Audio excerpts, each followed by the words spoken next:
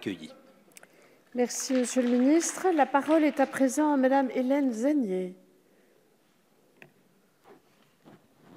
Merci Madame la Présidente. Monsieur le Ministre d'État, dans le discours qu'il a donné hier à Calais, le Président de la République a pu préciser ses priorités en matière de politique d'asile et d'immigration. Il a notamment répété sa volonté de garantir un accueil digne et humain aux étrangers présents sur notre territoire.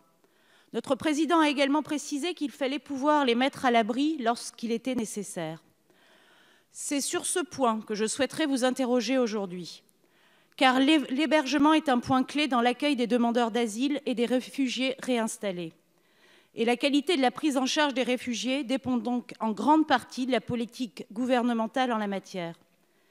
À cet égard, et malgré l'effort déjà entamé par le gouvernement, la situation est hélas encore loin d'être satisfaisante, surtout face à une arrivée plus massive de migrants économiques. Différents types de centres existent actuellement, destinés à différents types de publics. Les centres d'accueil des demandeurs d'asile, plus communément appelés CADA, sont destinés, comme leur nom l'indique, à l'accueil des demandeurs d'asile. Les centres provisoires d'hébergement, quant à eux, sont dédiés à l'accueil des étrangers qui se sont vus reconnaître la qualité de réfugiés.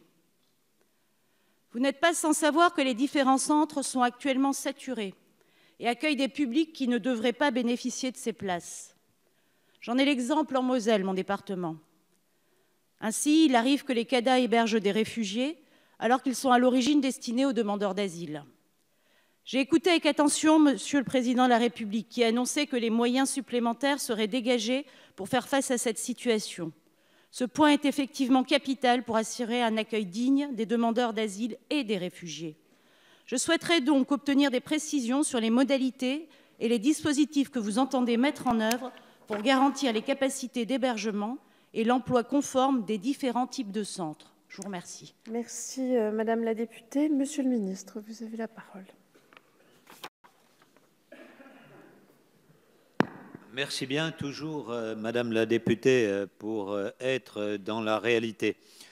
J'ai regardé dans votre département ce qu'était la réalité aujourd'hui des demandeurs d'asile.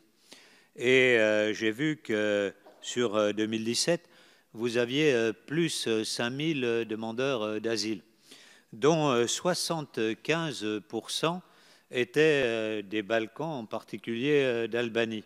Des gens qui arrivent en France, donc normalement, puisqu'ils n'ont pas besoin de visa, et qui, lorsqu'ils arrivent en France, s'inscrivent pour demander l'asile. Et donc, qui viennent dans nos dispositifs d'asile. Je disais que 25% au niveau national étaient effectivement des personnes ayant ce statut et qui ne devraient pas être effectivement dans notre DNA. Alors, nous avons décidé de traiter le problème et d'envoyer des missions de l'OFPRA à Metz.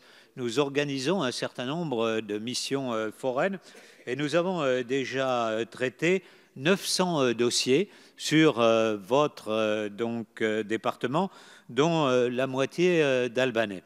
Pour ce qui concerne les autres, ceux qui sont reconnus comme ayant le droit à une protection, nous développons tout le dispositif, y compris d'ailleurs un dispositif de 20 000 logements qui seront destinés à celles et ceux qui effectivement se verront reconnaître un statut de réfugié et que nous logerons à ce moment-là dans des conditions dignes, dans des conditions tout simplement normales et non pas effectivement dans des CADA, là où ils n'ont rien à faire puisqu'ils se seront vus reconnaître le statut de réfugié.